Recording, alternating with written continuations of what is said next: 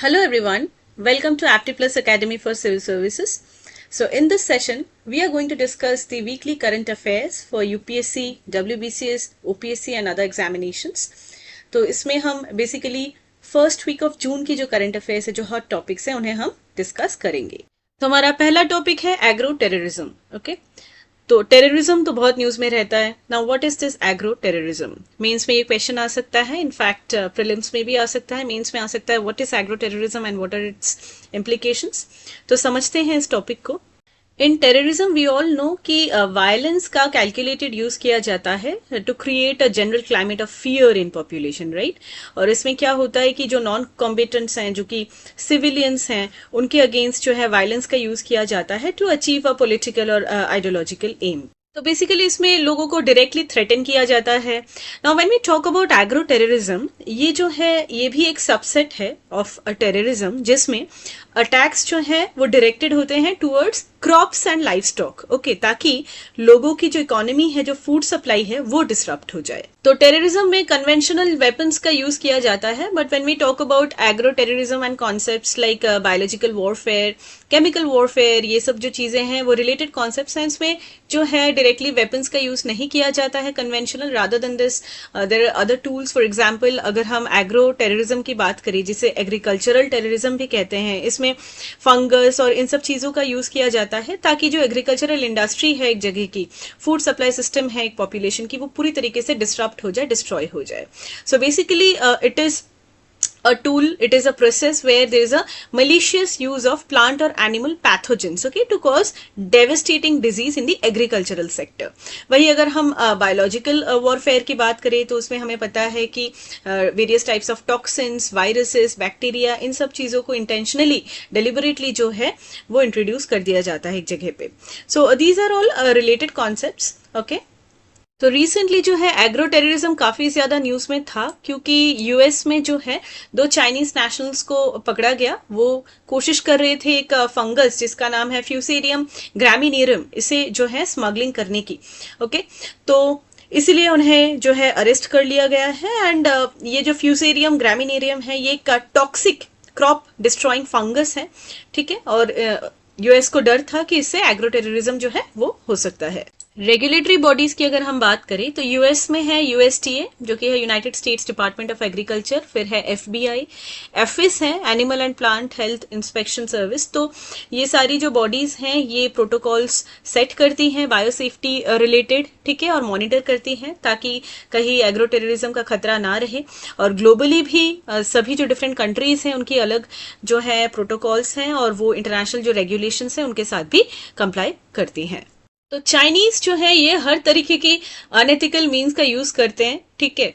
अभी इंडिया के साथ तो हमें पता ही है, सलामी स्लाइसिंग टेक्निक हो गया, जिसमें 1-1 इंच बढ़ाते रहते हैं, ठीक है. अब हमारे लैंड को बोलते हैं हमारा है, इसके ऊपर तो दूसरी जो इंडिया को घेरने के लिए स्ट्रिंग ऑफ पर्ल्स से लेके सारी चीजें करते हैं. यूएस से अगर लड़ना है तो कन्वेंशनली नहीं जा सकते, इसीलिए अभी इस तरीके की वॉरफेयर करने की भी कोशिश कर रहे हैं.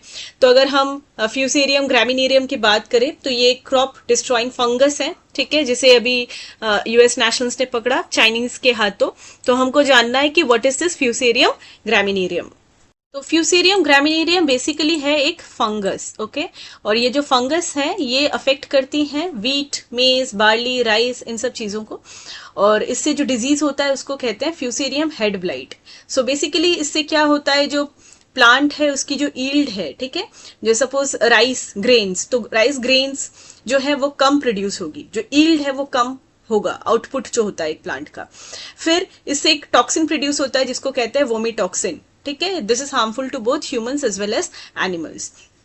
इसके अलावा जब क्रॉप जैसे जैसे मैच्योर करता जाता है तो ये स्प्रेड होता रहता है, तो it affects the overall development of the plant.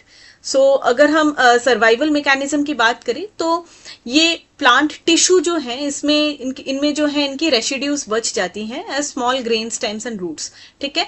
और फिर इन्फेक्शन जो है वो स्प्रेड होता रहता है टू न्यू प्लांट्स, बिकॉज जो रेसिड्यूज होती हैं प्लांट्स के अंदर वो रह जाती हैं, वो सॉइल में रह जाती हैं, और वहीं से जो नए प्लांट्स हैं वहां पे वो स्प्रेड कर जाती है. वी हैव टू रिमेंबर कि इससे जो टॉक्सिन प्रोड्यूस होता है उसको कहते हैं वॉमी टॉक्सिन या फिर डीऑक्सी वेलानिलोन, ओके, या फिर DON। टॉक्सिक इम्पैक्ट जो होता है अगर ह्यूमन की बात करें या फिर दूसरे जो एनिमल्स हैं, जो काउ हो गए, ये सारे जो लाइफ स्टॉक हैं, इनमें भी काफी इम्पैक्ट होता है because it causes vomiting, diarrhoea, abdominal pain, fever etcetera. Already US में $1 बिलियन का जो लॉस होता है annually in US crops is because of this particular pathogen, okay. Historical use भी है इसका, बिकॉज पहले अगर हम बात करें तो असीरियंस ने इन्हें यूज किया था 660 BC में। फिर वर्ल्ड वॉर 2 के दौरान अलेजेडली जर्मनी ने भी इस फंगस का यूज किया था और दूसरे पैथोजेंस का यूज किया था, ताकि जो दूसरे जो कंट्रीज हैं उनकी जो लाइफ स्टॉक है और जो ग्रेन सप्लाईज हैं उन्हें कंप्लीटली डिसरप्ट कर दिया जा सके, ठीक है। तो अगर हम इंडिया की बात करें तो इंडिया भी काफी वल्नरेबल है to Pakistani agro terrorism, because we have border states like Punjab, Himachal Pradesh, Rajasthan, and these are at risk, okay. And अगर ये होता है तो जो बॉर्डर शेयरिंग जो स्टेट्स हैं, ठीक है, वहां पे काफी ज्यादा जो है डेविस्टेशन हो सकता है because of Pakistan as well as China. तो DRDO जो है उन्होंने कहा है कि अपने पेपर में कि ये जो टॉक्सिक फंगस हैं ये हमारे जो नेबरिंग कंट्री बांग्लादेश है वहां पे भी जो है वहां से भी आ रहा था और वेस्ट बंगाल के 2 डिस्ट्रिक्ट्स में इसे पाया भी गया। फिर उसके बाद वेस्ट बंगाल में उस पर्टिकुलर 2 डिस्ट्रिक्ट्स में उसकी जो प्रोडक्शन है उन क्रॉप्स को जो कल्टीवेट करना है उसको बंद कर दिया गया, okay. So the pathogen that was discovered was Magnaporthe oryzae. So it is a type of pathogen, okay, which was causing like a disease in wheat. Wheat में जो है disease cause कर रहा था. It is a particularly fungus. So इसकी जो spread है इसे फिर से contaminate कर दिया गया by banning wheat cultivation in the 2 districts for 3 years. उसके बाद अभी तक तो कोई रिपोर्ट नहीं आया कि चाइना ने कोई स्मगल किया है किसी पैथोजन को इंडिया में, बट पॉसिबिलिटी तो डेफिनेटली रह जाती है. We can not rule out. So the danger of toxic pathogens which can be smuggled into India from Pakistan is looming large, okay, in the wake of present India-Pakistan relations especially. Moving to the next topic, biostimulants. Recently, government ने Fertilizer Control Order FCO 1985 के तहत 34 new biostimulants को register किया है. तो अभी total number हो गया है 45. Now the question is, what are biostimulants? Biostimulants जो है ये special substances हैं जो कि प्लांट्स को अच्छे से ग्रो करने में और भी बेटर वे में ग्रो करने में हेल्प करते हैं. तो अगर बहुत ज्यादा टफ सिचुएशन है, कंडीशंस हैं, जैसे कि ड्रॉट है, हीट है, ऐसे कंडीशंस में भी प्लांट्स जो हैं बहुत अच्छे से ग्रो कर पाते हैं. Now what is the mechanism? देखिए, in case of traditional fertilisers, nutrients को, वो नाइट्रोजन हो सकता है, फॉस्फोरस या कोई भी जो दूसरे न्यूट्रिएंट्स हो, इन्हें डायरेक्टली प्लांट्स को दिया जाता है, राइट, प्रोवाइड किया जाता है. बट बायोस्टिम्युलेंट्स में ऐसा नहीं होता है. Please note this down, it is very important from prelims perspective कि बायोस्टिम्युलेंट्स में न्यूट्रिएंट्स को डायरेक्टली प्लांट्स को नहीं दिया जाता है. रादर इसमें प्लांट्स की जो न्यूट्रिएंट अब्जॉर्प्शन कैपेसिटी है, ठीक है, एबिलिटी है, इसको एनहांस किया जाता है यूजिंग बायोस्टिम्युलेंट्स. तो एज अ रिजल्ट सॉइल में जो भी न्यूट्रिएंट्स है, नाइट्रोजन, फॉस्फोरस जो भी है, उसे प्लांट्स बहुत अच्छी तरीके से अब्जॉर्ब कर पाते हैं बिकॉज बायोस्टिम्युलेंट्स दिया गया है, राइट. तो एक्सट्रीम वेदर कंडीशंस हो या पेस्ट्स हो, इंसेक्ट्स हो, सभी चीजों से प्रोटेक्शन मिलती है प्लांट्स को बिकॉज प्लांट्स बहुत ज्यादा इम्यून हो जाते हैं, स्ट्रॉन्गर हो जाते हैं अगेंस्ट दीज, ठीक है. So biostimulants boost growth, improve crop quality, plus it increases the yield without relying heavily on chemical inputs. तो अभी रिसेंटली गवर्नमेंट ने बहुत सारे नए बायोस्टिम्युलेंट्स को जो है रजिस्टर किया है. अब इनमें बहुत सारे कैटेगरीज आती हैं, जैसे कि seaweed and botanical extracts. Seaweed हमें पता ही है कितने इंपॉर्टेंट होते हैं. इनमें बहुत सारे बायो एक्टिव कंपाउंड्स होते हैं जो कि प्लांट ग्रोथ को प्रमोट करते हैं.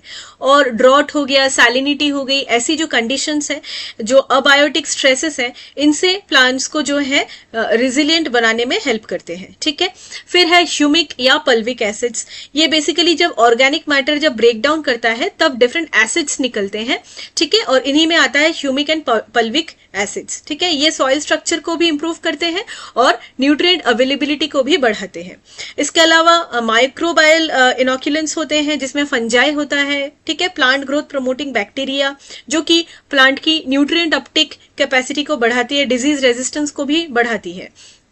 हाइड्रोलाइसेट्स होते हैं जो कि प्लांट और एनिमल के ही बाई प्रोडक्ट्स हैं और ये स्ट्रेस टॉलरेंस को भी इंप्रूव करते हैं, न्यूट्रिएंट अपटेकिंग कैपेसिटी को भी बढ़ाते हैं।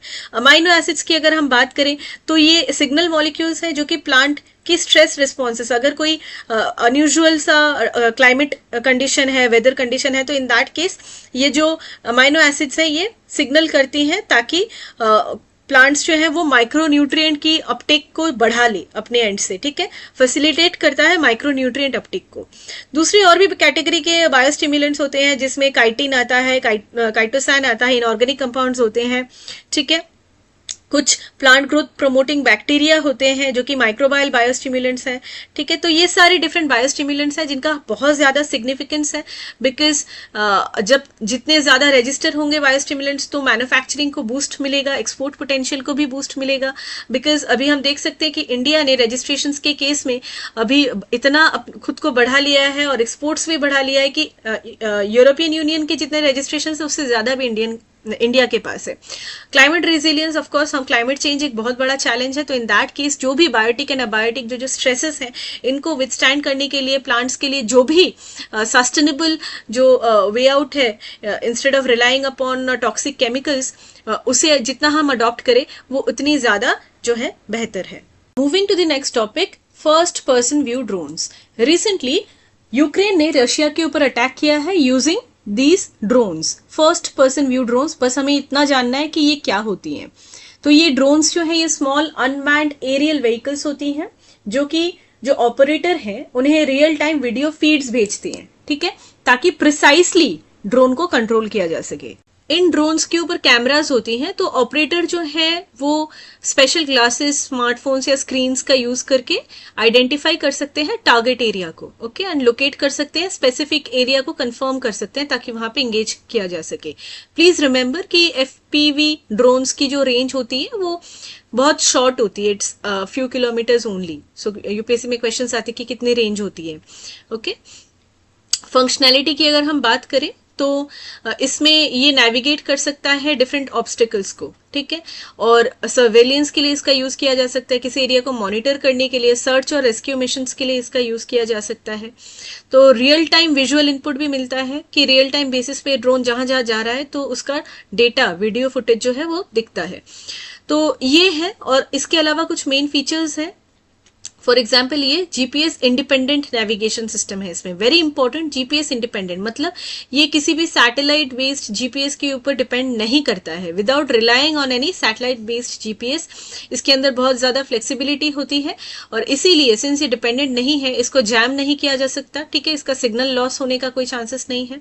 स्मार्ट पायलट सिस्टम है बिकॉज इसमें एडवांस्ड विजुअल हाई नेविगेशन का यूज किया जाता है, तो कैमरा डेटा जो होता है वो डिटरमाइन करता है सिचुएशन ऑफ मूवमेंट को बहुत ही एक्यूरेसी के साथ।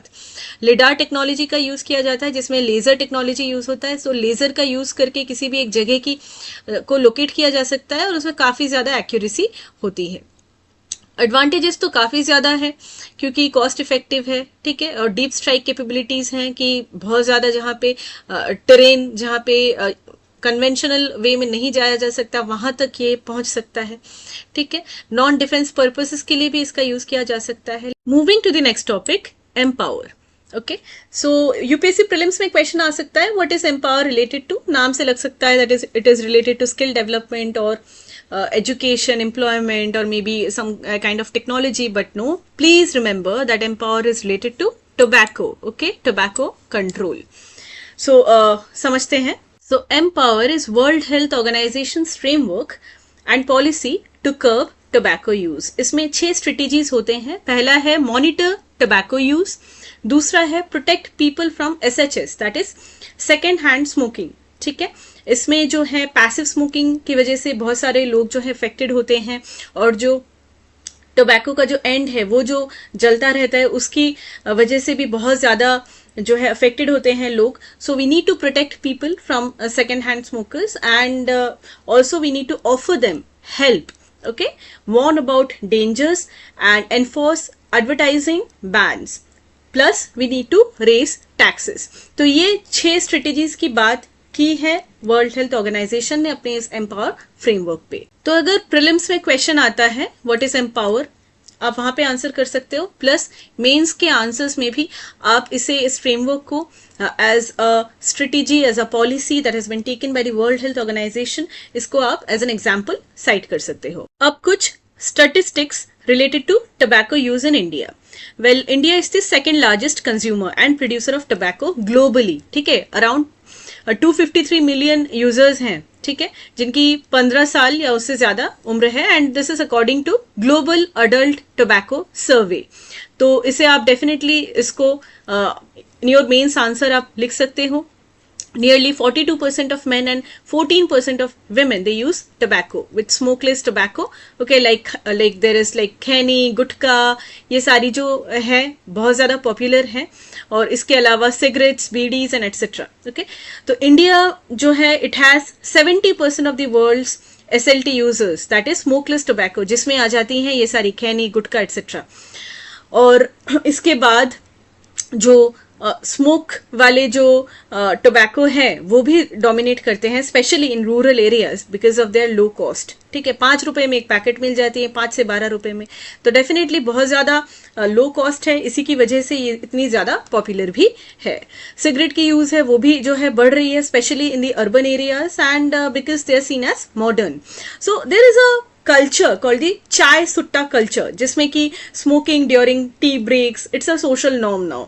ठीक है, not only it fuels tobacco use but it also exposes जो नॉन स्मोकर्स है टू सेकेंड हैंड स्मोक, जो कि बहुत ज्यादा खतरनाक है। Now if you talk about the gate study, जिसके बारे में थोड़ी देर पहले हम बात कर रहे थे, so according to that study data shows की अराउंड 54.3% ऑफ टीनेजर्स जिनकी उम्र 15 to 19 ईयर्स के बीच में है, they face the second hand smoke exposure. वो घर पे हो या पब्लिक में हो, बहुत ज्यादा एक्सपोज होते हैं अगर वो खुद भी स्मोक ना कर रहे हो तो, because of the passive smoking, and this increases the risk of lung cancer and heart disease. Okay, तो ये जो चाय सुट्टा कल्चर है कंबाइंड विद द अफोर्डेबिलिटी, जो इतनी चीप जो है प्राइस में मिल जाती है, this makes tobacco use pervasive. ठीक है, सोशियो इकोनॉमिक ग्रुप्स के अक्रॉस ही, मतलब ऐसा नहीं है कि जो सिर्फ रिच है वही कर रहे हैं, ठीक है, जो मिडिल क्लास है वो वही कर रहे हैं, ऐसा नहीं है। This addiction is because of the affordability and also the culture, so the combination is deadly. According to the Indian Council of Medical Research, in 2020, around 27% of the cancer cases in India was because of the use of tobacco. So जाहिर है कि tobacco जो है ये एक leading preventable cause है of cancer, okay, not only in India but globally. It is link to cancers of lung, oral cavity, throat, oesophagus, stomach, pancreas etcetera. और India में ओरल कैंसर जो है ये बहुत ज्यादा कॉमन टोबैको रिलेटेड कैंसर है, okay, and it causes over 50% of the oral cancer cases. इसके बाद है lung cancer, which has around 85% of cases, and that is tied to smoking. Also, India जो है ये रैंक करता है first globally in male cancer cases and mortality. ठीक है, so 1.46 million cancer cases in 2022 जो है वो थे, और ये अभी बढ़ने वाला है 2025 के बाद 1.57 मिलियन। तो ये जो डेटा है ये आप साइट कर सकते हो, तो ये आपके आंसर्स में जो आपके जो आर्ग्यूमेंट्स हैं या फिर आपके जो असर्शंस हैं उन्हें सब्सटैंशिएट करने में जो है मदद करेगा। और टोबैको रिलेटेड डेथ्स जो हैं वो 1.35 मिलियन लोग इसकी वजह से हर साल मर रहे हैं। ठीक है, तो ये सारी जो डेटा है आप बता सकते हैं। इकोनॉमिक बर्डन बहुत ज्यादा है इंडिया में, 1.77 लाख करोड़ एनुअली जो है इसके वजह से खर्च होता है, which is 1.04% of the GDP। ठीक है, अगर हम 2017-18 की बात करें तो 74% of smoking and 26% from SLTs। So we can understand कि हेल्थ केयर एक्सपेंसेस बहुत ज्यादा है for treating tobacco related diseases and productivity losses from premature deaths. अब अगर हम इंडिया की प्रोग्रेस की बात करें in reducing tobacco use, so of course 2009 से 2017 के बीच में अराउंड 17% की जो है रिडक्शन हुई है टोबैको यूज में, as per the gets to study. ठीक है, इसमें बहुत सारे मेजर्स लिए गए हैं। फॉर एग्जांपल हेल्थ वार्निंग्स जो हैं वो पैकेट के ऊपर 85% ऑफ द ग्राफिक्स रहती हैं। ठीक है, 2015 से ही ये है। ठीक है, बहुत सारे स्टेट्स में गुटखा बैन कर दिया गया है। फॉर एग्जांपल रिसेंटली असम में हुआ है। ठीक है, उसके ऊपर टोबैको के ऊपर जो है GST 28% की लगाई गई है। फिर भी हम देखते हैं कि इंडिया का जो टोबैको के ऊपर जो टैक्सेस है, ठीक है, 53% है सिगरेट्स के ऊपर, 22% ऑन बीडी, 60% फॉर SLTs। ये जो है वर्ल्ड हेल्थ ऑर्गेनाइजेशन की जो रिकमेंडेशन है कि 75% तक की जो है टैक्सेस लगानी चाहिए उससे तो कम ही है, तो इसीलिए और भी टैक्सेस लगानी चाहिए, ठीक है, ताकि टोबैको अफोर्डेबल रहे ही ना। तो क्या स्टेप्स लिए जा सकते हैं? सबसे पहला है तो टैक्स बढ़ाओ, ठीक है, 75% तक टैक्स लगाओ, जो कि वर्ल्ड हेल्थ ऑर्गेनाइजेशन ने कहा है। इसके ऊपर आप सिंगल स्टिक जो सेल्स हैं कि एक सिगरेट लूज जो सेल होते हैं उनके ऊपर बैन लगा दो, ठीक है, पूरी पैकेट खरीदनी पड़ेगी, बहुत ज्यादा एक्सपेंसिव होगा तो डेफिनेटली कम हो जाएगा बिकना। फिर पैकेजिंग जो है उसमें जो ब्रांडिंग है उसको जो है बंद कर दो, ठीक है, बहुत सारी कंट्रीज ने किया है, फॉर एग्जांपल ऑस्ट्रेलिया में हुआ है जिसमें जो है ब्रांडिंग नहीं कर सकता कोई कंपनी अपनी, ठीक है, प्लेन पैकेजिंग होगा तो कंपनी को जो है वो डिसेंटिवाइज होगा कि हम अपनी प्रोडक्ट की जो है ब्रांडिंग नहीं कर पा रहे। फिर जो टी स्टॉल्स हैं वहां पे जो सेल होता है ये इसको रिस्ट्रिक्ट करना है because it breaks the chai sutta link. Okay, then public health fund, of course इसमें जो टैक्स रेवेन्यू होता है जो कैंसर स्क्रीनिंग्स इसके ऊपर स्पेशली इन रूरल एरियाज इसको भी बढ़ाने की जरूरत है, इन्फोर्समेंट को बढ़ाने की जरूरत है जिससे पेनल्टीज होती हैं, ठीक है, वायलेशंस अगर होते हैं तो, और यूथ को एजुकेट करने की जरूरत है टू प्रिवेंट अर्ली इनिशिएशन, और जो काउंटर इंडस्ट्री इन्फ्लुएंस है कि ban tobacco industry CSR and monitor marketing tactics जिसमें बहुत ज्यादा इन्फ्लुएंसर प्रमोशंस भी होते हैं इनडायरेक्टली, तो इन सब चीजों को अगर हम करते हैं तो of course we can like fight this menace. Moving to the next topic, bio happiness. Bio happiness काफी ज्यादा न्यूज में है and what is it? Basically it is a term that was coined by renowned agricultural scientist doctor MS Swaminathan, who is also known as the father of India's green revolution. उन्होंने कहा था bio happiness जो है ये एक concept है जो कि इम्प्लीमेंट करने की जरूरत बहुत ज्यादा है। Basically it refers to a state of well being that can be achieved through a harmonious relationship with nature. अगर हम इकोलॉजिकल हार्मोनी के ऊपर फोकस करें, हमारी जो डेवलपमेंट है वो एक्सप्लॉयटेशन नहीं बल्कि बायोडाइवर्सिटी बेस्ड हो, तो इन दैट केस जो हमारा वेलबींग होगा वो सिर्फ इकोनॉमिकल नहीं होगा, वो फूड और हेल्थ सिक्योरिटी को इंश्योर करेगा क्योंकि हमें न्यूट्रिशियस फूड मिल रहा है, राइट? अभी अगर इकोनॉमिक डेवलपमेंट भी होता है लेकिन उसके बाद अगर हम नेचर को एक्सप्लॉइट करते हैं इन अ बैड वे, ठीक है, एग्रीकल्चरल सिस्टम जो है वो पूरी तरीके से कोलैप्स हो जाता है, ठीक है, फूड सिक्योरिटी तब भी इंश्योर नहीं होगा, ठीक है, livelihood security because it will create jobs अगर हम बायो हैप्पीनेस के ऊपर फोकस करें तो, क्योंकि जो भी बायोलॉजिकल रिसोर्सेज हैं हमारे पास उसकी सस्टेनेबल यूज होगी और ये एनवायरमेंटल सस्टेनेबिलिटी को भी इंश्योर करेगा, क्योंकि नेचुरल इकोसिस्टम्स को अगर हम प्रोटेक्ट करते हैं तो फ्यूचर जनरेशंस भी इसका लाभ उठा पाएंगे। We all know that India is a mega diverse country, okay, only 2% of the world's land area है इंडिया के पास, but it is home to nearly 8% of world's biodiversity. इसीलिए काफी ज्यादा थ्रेट में भी है बिकॉज ट्रेडिशनल नॉलेज एक्सटिंक्ट होता जा रहा है जो कि पहले पास्ड ऑन होता था from one generation to the other generation in tribal communities. तो जो लोकल प्लांट्स की न्यूट्रिशनल प्रॉपर्टीज, मेडिसिनल प्रॉपर्टीज, इसके बारे में जो नॉलेज है वो कम होता जा रहा है। इनफैक्ट नॉर्थ ईस्ट इंडिया में जो एग्रो बायोडाइवर्सिटी था वो भी डिसअपियर होता जा रहा है। हमारा जो करंट फूड सिस्टम है, ठीक है, उसमें काफी ज्यादा प्रॉब्लम्स है बिकॉज हम बस 3 क्रॉप्स के ऊपर ही डिपेंडेंट है राइट नाउ, राइस, व्हीट, मेज, और ये ही पूरे वर्ल्ड में 50% of the plant based calories provide करता है। तो बहुत ज्यादा ओवर रिलायंस है, बहुत ज्यादा वाटर इंटेंसिव क्रॉप्स हैं ये, ठीक है, तो इससे न्यूट्रिशनल इंबैलेंस भी होता है हमारे डाइट में and it contributes to rise of non communicable diseases जिसमें डायबिटीज आता है, ओबेसिटी आता है, vulnerable to climate change because depending on few crops it makes our food systems more susceptible to climate shocks. अगर drought हो गया या फिर फ्लड हो गया तो वो क्रॉप अगर पूरा ही खत्म हो गया उस टाइम पे तो we are of course very much vulnerable to climate change. So that is why we need to adopt.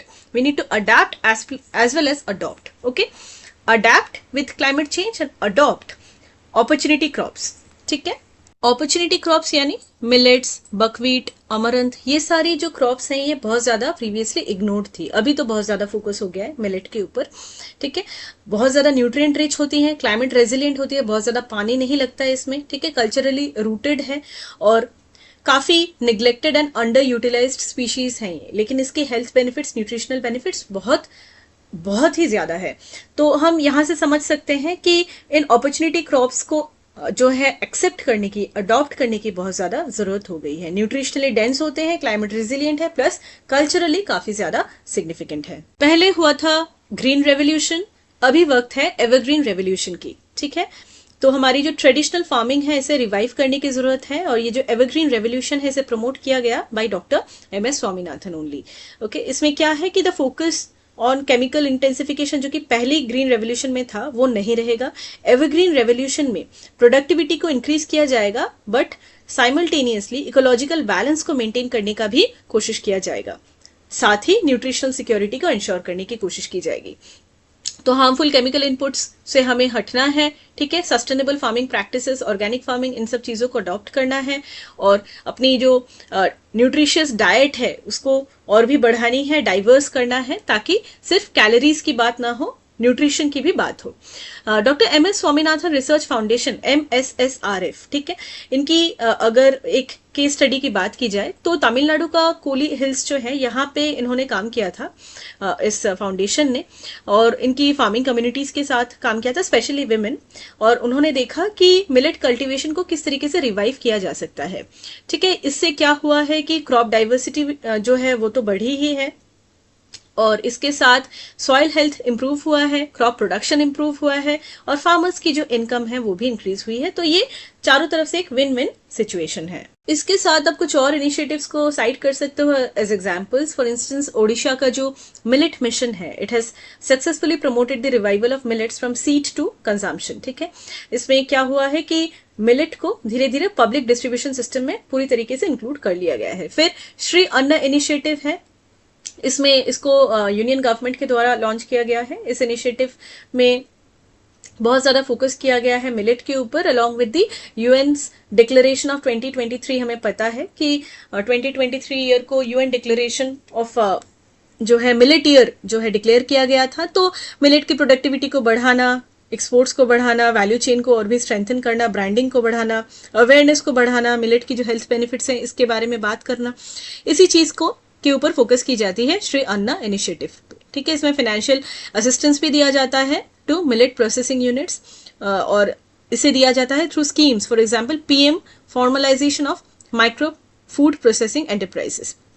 तो ऑफ कोर्स हमें मिलेट के इंटीग्रेशन को और भी एक्सपैंड करना है, ठीक है। रिसर्च इंफ्रास्ट्रक्चर को बढ़ाना है, कंजर्वेशन फाइनेंसिंग जो है उसे और भी एनहांस करना है, कम्युनिटी पार्टिसिपेशन बढ़ाना है, वैल्यू चेन को डेवलप करना है, ताकि पूरी तरीके से मतलब फ्रॉम फार्म टू प्लेट अच्छे से जो है ये क्रॉप्स आ जाए, और इंटरनेशनल कोलैबोरेशन को भी बढ़ाना है, और इसी से हम इंश्योर कर पाएंगे कि there is bio happiness and there is evergreen revolution. Next topic है DIGIPIN and know your pin code initiative. Recently ministry of communications के तहत जो डिपार्टमेंट ऑफ पोस्ट्स आती हैं उन्होंने लॉन्च किया है 2 डिजिटल प्लेटफॉर्म्स को। एक का नाम है नो योर डिजिपिन, दूसरे का नाम है नो योर पिन कोड। तो ये पूरी तरीके से बदलने वाले हैं जिस तरीके से हम अपनी एड्रेस सिस्टम को अभी यूज करते हैं, और ये नेशनल जियोस्पेशियल पॉलिसी 2022 के तहत आती है, जिसमें हमारी जो डिजिटल गवर्नेंस है और डिजिटल इंफ्रास्ट्रक्चर है in terms of geospatial technology, इसको पूरी तरीके से हम बदलने वाले हैं। तो डिजिपिन की अगर हम बात करें, जो कि है डिजिटल पोस्टल इंडेक्स नंबर, ये बेसिकली क्या है, ये एक ओपन सोर्स जियो कोडेड एड्रेसिंग सिस्टम है। मतलब ट्रेडिशनल एड्रेसेस में जिस तरीके से स्ट्रीट नेम्स होती हैं, लैंडमार्क्स होती हैं, वो ये नहीं रहेंगे। इसमें रादर एक अल्फा न्यूमेरिक कोड रहेगा 10 कैरेक्टर का, ठीक है। किसी भी लोकेशन में अगर हम 4x4 मीटर जो है एरिया, इसको अगर हम लोकेट करना चाहते हैं तो इन दैट केस ये 10 कैरेक्टर जो अल्फा न्यूमेरिक कोड है, हम इस तरीके से उतने एरिया को हम जो है लोकेट कर पाएंगे। ये रूरल एरियाज हो गया, फॉरेस्ट हो गया, इवन ओशंस में भी जो है इस सिस्टम का यूज किया जा सकता है। तो प्रीलिम्स में डेफिनेटली क्वेश्चंस आते हैं इस तरीके के कंफ्यूजिंग क्वेश्चंस की इन्हें फॉरेस्ट में एक्सेस नहीं किया जा सकता है या ओशंस में नहीं किया जा सकता है, नहीं, इसको किसी भी जगह पे किया जा सकता है। मिनिस्ट्री ऑफ कम्युनिकेशन की जो डिपार्टमेंट ऑफ पोस्ट्स हैं, इन्होंने कोलैबोरेट किया है विद IIT हैदराबाद, और इसी के साथ इसरो का जो नेशनल रिमोट सेंसिंग सेंटर है, इन सभी ने मिलके डेवलप किया है डिजिपिन सिस्टम को। अब ये जो डिजिपिन है, इससे ई-कॉमर्स डिलीवरीज हो गई, इमरजेंसी रिस्पांस हो गया, एम्बुलेंस एक्सेट्रा, सर्विस डिलीवरी इन रिमोट लोकेशंस, ये जो है बहुत आसानी से हो जाएंगी, ठीक है। और यूजर्स जो है वो अपनी डिजिपिन को जनरेट कर सकते हैं यूजिंग देयर लोकेशन और कोऑर्डिनेट्स। अपनी लोकेशन और कोऑर्डिनेट्स को अगर वो जो है एंटर करते हैं यूजिंग जीपीएस और जीएनएसएस टेक्नोलॉजी, तो एग्जैक्टली जो डिजिपिन है वो निकल के आ जाता है।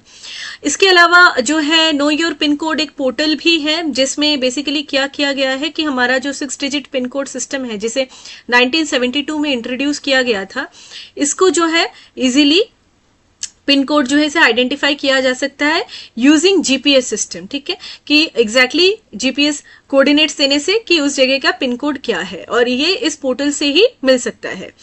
ठीक है, तो पिन कोड एक्यूरेसी जो है इससे इंप्रूव होता है। Moving to the next topic, Yashoda AI. Recently national commission for women ने लॉन्च किया है यशोदा एआई प्रोग्राम।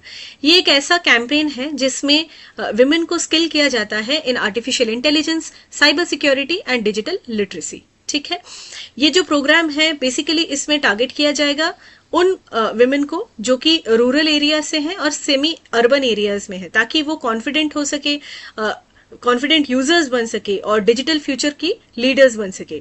ये अलाइन करता है with prime minister Narendra Modi vision of a विकसित भारत, डेवलप्ड इंडिया, जहां पे विमेन लेड डेवलपमेंट होगा और इंक्लूसिव टेक्नोलॉजी का यूज होगा। बेसिकली यशोदा एआई में डिफरेंट वर्कशॉप्स और ट्रेनिंग प्रोवाइड की जाएगी इन schools, colleges, community centres etcetera. ठीक है, फिर एक ऐप भी है जिसका नाम है यशोदा एआई ऐप। इसमें लोकल लैंग्वेजेस में जो है लेसन्स प्रोवाइड की जाएंगी, ताकि विमेन जो है वो डिफरेंट जो स्कैम्स हैं उससे किस तरीके से बचा जा सकता है, डिजिटल स्कैम्स जो होती है, या फिर आर्टिफिशियल इंटेलिजेंस को जान के इसके ऊपर किस तरीके से अपना करियर बनाया जा सके, सोशल मीडिया के ऊपर टिप्स। ठीक है, इसके साथ साथ एआई सखीज, यानी जो विमेन ऑलरेडी ट्रेंड हो गई होंगी अंडर यशोदा एआई प्रोग्राम, वो जो है इसके बाद दूसरे जो विमेन है उन्हें ट्रेन करेंगी। तो it will definitely create a network of digitally empowered women who lead and inspire. और इसमें students, teachers, police, self help groups, Asha workers, panchayat representatives सभी पार्टिसिपेट करेंगे इस कैंपेन में। तो ऑफकोर्स एक ब्रॉडर पार्टिसिपेशन देखने को मिलेगा।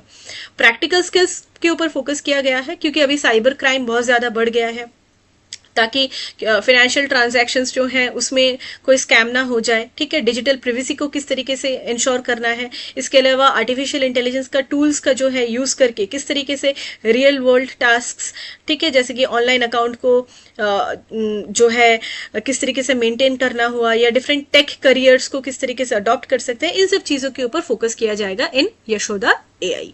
The next topic is kala नमक राइस और Buddha rice. Okay, so recently government of India ने उत्तर प्रदेश गवर्नमेंट के साथ मिलके काला नमक राइस, जिसे बुद्धा राइस भी कहते हैं, इसे एक्सपोर्ट करने के लिए बहुत सारे इनिशिएटिव्स लिए हैं, एक्सपोर्ट करने के लिए different countries like Thailand, Vietnam and Singapore. So kala नमक राइस जो है ये एक स्पेशल एरोमेटिक राइस है जो कि ईस्टर्न उत्तर प्रदेश में इसे ग्रो किया जाता है और नेपाल में ग्रो किया जाता है in the Terai region, Himalayan Terai region of Nepal and in Uttar Pradesh specifically districts जो है सिद्धार्थनगर और जो एरियाज हैं यहाँ पे इसे ग्रो किया जाता है। नाउ द नेम काला Namak, okay, kala means black, we all know, and namak means salt in Hindi. तो ये रेफर करता है ब्लैक, क्योंकि ये राइस ब्लैक कलर का होता है और ये ग्रो करता है इन सलाइन सॉइल। तो इस तरीके से आप याद रख सकते हैं, इसीलिए काला नमक rice. Please remember that it is a non basmati rice with medium slender grains and it is famous for its unique fragrance taste. ठीक है, और इसका न्यूट्रिशनल बेनिफिट भी काफी है। 2013 में ही इसे जोग्राफिकल इंडिकेशन टैग जो है मिल गया था। काला नमक राइस जो है इसे कल्टिवेट किया जाता था सिंस 600 BC बुद्धिस्ट पीरियड से, तभी बुद्धा राइस भी बोलते हैं। और आर्कियोलॉजिकल एविडेंस शो करता है कि काला नमक राइस जो है इसे कपिलावस्तु में पाया गया एक्सकैवेट करके, और इसके बाद से इसे इंटरनेशनल रिकग्निशन मिला। ठीक है, speciality rice of the world बोल के by the food and agricultural organisation of the United Nations. काफी सारी यूनिक इसकी फीचर्स हैं, बेनिफिट्स हैं। ठीक है, देहरादून की जो बासमती राइस है इसकी फ्रेग्रेंस उससे भी ज्यादा है। ठीक है, इसकी इलोंगेशन जो है ये काफी लंबी होती है and after cooking it beats the basmati rice also 2.7 times इसकी जो है लेंथ हो जाती है। न्यूट्रिशनल जो है इसकी वैल्यू भी काफी ज्यादा है, क्योंकि इसमें आयरन, जिंक, प्रोटीन, ये सारी चीजें रहती हैं, और इसकी ग्लाइसेमिक इंडेक्स भी कम है। ग्लाइसेमिक इंडेक्स कम है मतलब डेफिनेटली जो डायबिटिक है उनके लिए बहुत ही अच्छा है। ठीक है, यानी ब्लड शुगर लेवल जो है वो कंट्रोल्ड रहता है, और इसमें एंटीऑक्सीडेंट प्रॉपर्टीज भी रहती हैं। अगर हम इसकी कल्टीवेशन की बात करें तो काला नमक राइस जो है वो विदाउट फर्टिलाइजर्स, हर्बिसाइड्स और पेस्टिसाइड्स के ग्रो करता है, तो इसीलिए ये ऑर्गेनिक राइस मार्केट में काफी ज्यादा डोमिनेट करता है। काफी रेजिलियंट भी है, क्योंकि तराई रीजन में 2001 से 2003 के बीच में काफी ड्रॉट आया, तो पानी तो था ही नहीं। इसके बाद भी हम देख सकते हैं कि ये काला नमक राइस जो है ये अनअफेक्टेड रहा, क्योंकि दूसरी जो राइस की यील्ड है वो 50% तक गिर गई, लेकिन काला नमक राइस की जो कल्टीवेशन है, इसकी जो यील्ड है वो बिल्कुल स्टेबल रही। और बहुत इंपॉर्टेंट है regarding it's double transplantation process, जिसको कहते हैं कलम। ठीक है, इसमें क्या होता है, 30-35 डे ओल्ड जो सीडलिंग्स होती हैं उन्हें बंचेस में निकाला जाता है, फिर उन्हें सेपरेट किया जाता है, और फिर 25-30 डेज के बाद उन्हें फिर से रीप्लांट किया जाता है। ठीक है, इससे क्या होती है कि जो प्लांट की जो यील्ड है काला नमक राइस प्लांट की, ये और भी बढ़ जाती है। सिंगल ट्रांसप्लांटेशन नहीं, डबल ट्रांसप्लांटेशन, और इस प्रोसेस को कहते हैं कलम। ठीक है, सो काला नमक it out performs basmati both economically also, because इसमें लोअर इनपुट होते हैं, लेबर कॉस्ट भी कम है, और 50% से ज्यादा यील्ड है, तो इससे पता चला है कि इसका जो कॉस्टिंग है ये भी काफी कम है in comparison to basmati rice, right. तो प्रॉफिट्स भी इससे ज्यादा होते हैं। लेकिन ये भी एक देखा गया है कि उत्तर प्रदेश के तराई बेल्ट में ये क्रॉप एक टाइम पे बहुत ज्यादा डोमिनेट करता था, इन सिद्धार्थनगर, संत कबीर नगर, फिर बस्ती, गोंडा, गोरखपुर रीजन में 1990s तक। ठीक है, फिर उसके बाद हम देखते हैं कि 10% ऑफ द राइस कल्टीवेशन जो है सिद्धार्थनगर में यही कवर करता था, लेकिन 2002 के बाद जो है इसकी कल्टीवेशन कम हो गई। रीजन क्या था, ग्रीन रेवोल्यूशन, क्योंकि ग्रीन रेवोल्यूशन में क्या किया गया, राइस के ऊपर इतना ज्यादा फोकस किया गया कि दूसरी जो वैरायटीज हैं काला नमक राइस या दूसरी जो वैरायटीज हैं ट्रेडिशनल क्रॉप्स के ऊपर फोकस करते हुए इनके ऊपर ज्यादा फोकस नहीं किया गया। ठीक है, एज ए रिजल्ट क्या हुआ, इनकी यील्ड कम हो गई और फार्मर्स भी डिस्करेज्ड हो गए, क्योंकि सब्सिडीज से लेके उनको सारी इंसेंटिव्स तो नॉर्मल जो दूसरी कैटेगरीज की राइस है उसके लिए मिल रही हैं, तो क्यों काला नमक राइस को हम ग्रो करें। इस कारण की वजह से इसकी जो कल्टीवेशन है वो बिल्कुल कम हो गई। लेकिन अभी रिवाइवल के लिए काफी ज्यादा एफर्ट्स लिए जा रहे हैं। ठीक है, Indian council of agricultural research है, फिर इसके साथ इंडियन एग्रीकल्चरल रिसर्च इंस्टीट्यूट है, इन्होंने डेवलप किया है इम्प्रूव्ड वैरायटी ऑफ काला नमक राइस। ठीक है, जैसे कि बौना काला नमक 102, काला नमक किरण, ये सारी जो वैरायटीज हैं ये ड्वार्फ वैरायटीज हैं, और ये भी काफी इनका अच्छा यील्ड है। फार्मर्स को भी ट्रेनिंग की जा रही है, एजुकेट किया जा रहा है on organic farming. Commercial potential जो है काला नमक राइस की, इसके ऊपर फोकस किया जा रहा है। मार्केटिंग और एक्सपोर्ट्स के लिए इसे एक लग्जरी प्रोडक्ट की तरह इसकी कैंपेनिंग की जा रही है इंटरनेशनल मार्केट्स में, यूएस, यूरोप, बुद्धिस्ट कंट्रीज जो कि जापान, मलेशिया, कैम्बोडिया, क्योंकि वहां पे बुद्धा राइस के हिसाब से इसे ब्रांड किया जा रहा है, Buddha home rice, okay, export करने के लिए। फिर जीआई टैग की अगर हम बात करें तो 2012-13 में ही इसको जीआई टैग मिल गया था। ठीक है, तो इसकी जो ऑफिशियल प्रोडक्शन है ये उत्तर प्रदेश की 11 डिस्ट्रिक्ट्स में जो है ये रिस्ट्रिक्टेड है। तो इससे क्या इंश्योर होता है कि इसकी जो ऑथेंटिसिटी है वो मेंटेन्ड रहे। ठीक है, और इसकी मार्केट वैल्यू भी बनी रहे। अदरवाइज जो है अगर ये रिस्ट्रिक्शन कम हो जाएगा तो मार्केट वैल्यू भी गिर जाएगी। ओके, फिर 2013 में हमने देखा सेंट्रल गवर्नमेंट ने काला नमक राइस जो है इसे सिलेक्ट किया है as a nutri crop to address micro nutrient deficiencies, because इसमें as we have mentioned earlier iron, zinc, protein ऐसी जो है चीजें रहती हैं। Moving to the next topic, Kitchen and Minar wetlands. These are new Ramsar sites. Okay, these are in Rajasthan and they have been declared Ramsar sites. So now India has 91 Ramsar sites, which is highest in Asia. तो kitchen और Minar wetlands के बारे में जानते हैं। Kitchen जो है ये जो है एक लोकेशन है जहां पे बहुत ज्यादा डैमोसिल क्रेन्स, एक तरीके के जो क्रेन्स हैं वो आते हैं, बर्ड्स। वाइल मिनार जो है ये एक बर्ड विलेज भी कहा जाता है because of the community lead bird conservation efforts. ठीक है, तो अब राजस्थान के पास इन टोटल 4 रामसर साइट्स है। सांबर लेक है, ठीक है, नागौर और जयपुर में जो आते हैं, केवलादेव घाना नेशनल पार्क है, और मिनार और किचन है। मिनार और किचन के बारे में अगर हम इन डिटेल जाने तो मिनार जो है ये राजस्थान में ही है, किचन भी है, थार डेजर्ट के नॉर्दर्न एरिया में किचन आती है। ठीक है। मिनार जो है ये fresh water monsoon wetland complex है। किचन जो है ये डेजर्ट वेटलैंड इकोसिस्टम है। मिनार की बात अगर हम करें, यहाँ पे अगर वाटर बॉडीज की बात करें तो ब्रह्म तालाब, धंड तालाब, खिरोदा तालाब, ये सारी जो है यहाँ पे आती हैं। और किचन वेटलैंड के पास रात्रि नदी और विजय सागर तालाब पॉन्ड्स ये जो है यहाँ पे है। ठीक है। यहाँ पे अगर हम मिनार की बात करें तो फार्मलैंड्स फ्लड जो होती हैं यहाँ पे मॉनसून के समय, जिसके वजह से सीजनल वेटलैंड हैबिटेट ये है। और किचन जो है ये वाटर बॉडीज को ये भी सपोर्ट करता है, सीजनल बर्ड माइग्रेशन को भी सपोर्ट करता है। यहाँ पे व्हाइट रम्प्ड वल्चर मिनार में मिलते हैं, लॉन्ग बिल्ड वल्चर, ये काफी नोटेबल बर्ड स्पीशीज है। वही अगर हम किचन की बात करें तो यहाँ पे डेमोसेल क्रेन्स जो हैं काफी मिलते हैं, ये एक तरीके का बर्ड स्पीशीज है। Plant species, mango trees etcetera मिनार में। किचन जो है ये ड्रॉट रेजिस्टेंट स्क्रब लैंड है, riparian vegetation northern Thar desert के रीजन में आता है, तो आसानी से हम समझ सकते हैं कि किस तरीके का वेजिटेशन होगा यहाँ पे। किचन में ज्यादा मैमल्स भी नहीं है, लेकिन मिनार में इंडियन फ्लाइंग फॉक्स जो है यहाँ पे मिलते हैं। कंजर्वेशन की बात करें तो काफी ज्यादा कम्युनिटी लेड कंजर्वेशन जो है ये पाया जाता है इन मिनार वेटलैंड। वहाँ के कम्युनिटी के लोग ही इसे जो है काफी ज्यादा प्रोटेक्ट करते हैं। और अगर हम किचन की बात करें तो यहाँ पे bird watchers, tourist, student, scientist जो है ये काफी ज्यादा आते हैं। ठीक है, क्योंकि यहाँ पे माइग्रेटरी बर्ड्स आती हैं इसीलिए। इकोलॉजिकल इंपॉर्टेंस दोनों काफी ज्यादा है, क्योंकि किचन जो है यहाँ पे माइग्रेटरी क्रेन्स आती हैं और ये डेजर्ट बायोडाइवर्सिटी को काफी ज्यादा सपोर्ट करती हैं। वही मिनार की बात करें तो ये वेटलैंड हैबिटेट है। तो यहाँ पे भी वल्चर कंजर्वेशन के लिए, जो कि एंडेंजर्ड है, काफी ज्यादा ये इंपॉर्टेंट है। ठीक है। वेटलैंड तो हमें पता ही है कि मार्श, फेन, पीटलैंड, इस तरीके की जो वाटर बॉडीज होती हैं जिनकी डेप्थ 6 मीटर से ज्यादा नहीं होती। Okay, so it should not exceed the depth of 6 metres, इन्हें वेटलैंड्स कहते हैं। हाँ, और अगर रामसर कन्वेंशन की बात करें तो ईरान में 1971 में रामसर कन्वेंशन जो है इसे अडॉप्ट किया गया था। ये बेसिकली एक ग्लोबल फ्रेमवर्क है for wetland protection and intelligent use. India ने 1982 में इसे ज्वाइन किया, तो ऐसा नहीं है 1971 में बना तो तभी ज्वाइन कर लिया। इसमें मॉन्ट्रिक्स रिकॉर्ड है जो कि थ्रेटेंड लिस्ट है। ठीक है, जो वेटलैंड्स जिनकी इकोलॉजिकल कैरेक्टर काफी ज्यादा डिस्ट्रॉय हो चुकी है, डिटेरियोरेट कर चुकी है बिकॉज ऑफ ह्यूमन एक्टिविटी और पोल्यूशन, उन्हें मॉन्ट्रिक्स रिकॉर्ड में डाला जाता है। ठीक है, इंडिया में पहले तो था, अभी तो इसको निकाल दिया गया है। तो लोकतक लेक मणिपुर, ठीक है, Chilka lake, it was in Montreux record in 1993, पर उसके बाद 2002 में इसे जो है निकाल दिया गया।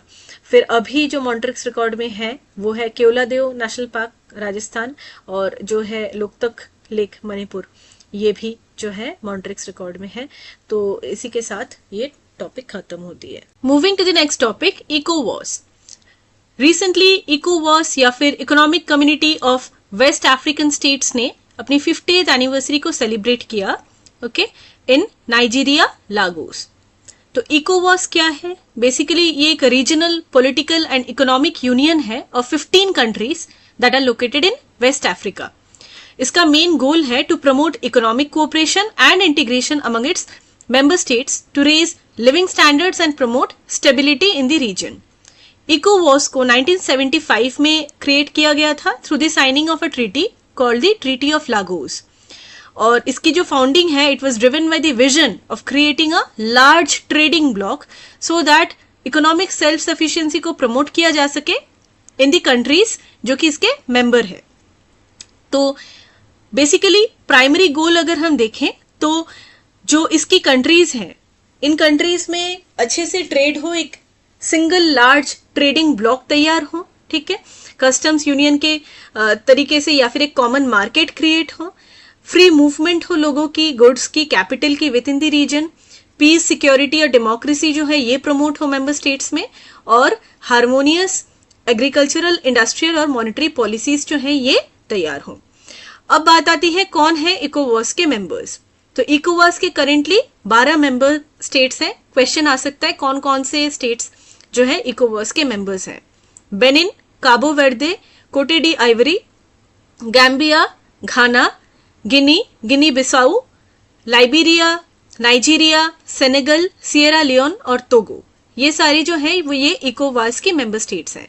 ठीक है, इसके साथ ही जनवरी 2024 में बुर्किना फासो, माली, नाइजीरिया, इन्होंने जो है विथड्रॉल अनाउंस किया अपना कि ये इकोवॉस का मेंबर नहीं रहना चाहते हैं। तो ये भी पहले मेंबर थे। ठीक है। तो niger, Burkina Faso, Mali. Please remember Nigeria अभी भी पार्ट है, नाइजर ने विड्रॉल अनाउंस किया है। Burkina Faso, Mali, niger not members, members जो है इसके पहले हमने डिस्कस किया। तो इन्होंने बुर्किना फासो, माली, नाइजर इन्होंने विड्रॉल अनाउंस किया इकोवॉस से अपना, और फिर अपना खुद का अलग एक सेपरेट ब्लॉक बनाया जिसका नाम है alliance of Sahel states. We all know कि साहेल रीजन जो है ये एक बायोजोग्राफिकल रीजन है अफ्रीका का। बेसिकली एक ट्रांजिशन जोन है जो कि आता है सुडानियन सवानास के बीच में, जो कि साउथ में है, और जो नॉर्थ में सहारा रीजन है, इन दोनों के बीच में, नॉर्थ में सहारा और साउथ में सुडानियन सवानास के बीच में आता है साहेल रीजन।